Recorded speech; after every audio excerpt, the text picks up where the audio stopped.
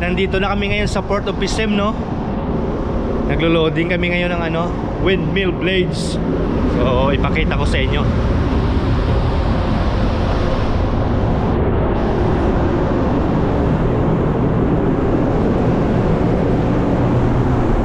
Ayan, no? Tatlong windmill blades pa lang yung na-loading namin.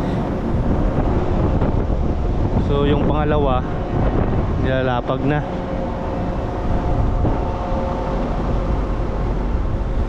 So buong araw kanina umulan. So hapon na kami umpisa mag-loading. So yung pang-tatlo, pang-apat na pala to. Pang-apat na tong nasa baba. So ito yung mga pang-lashing namin,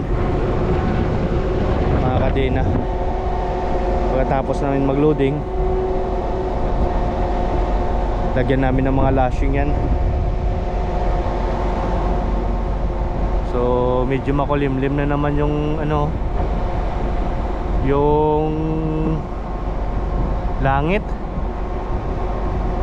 Hindi na sana ulan para makaalis kami agad dito. Papuntang Texas kami, Corpus Christi.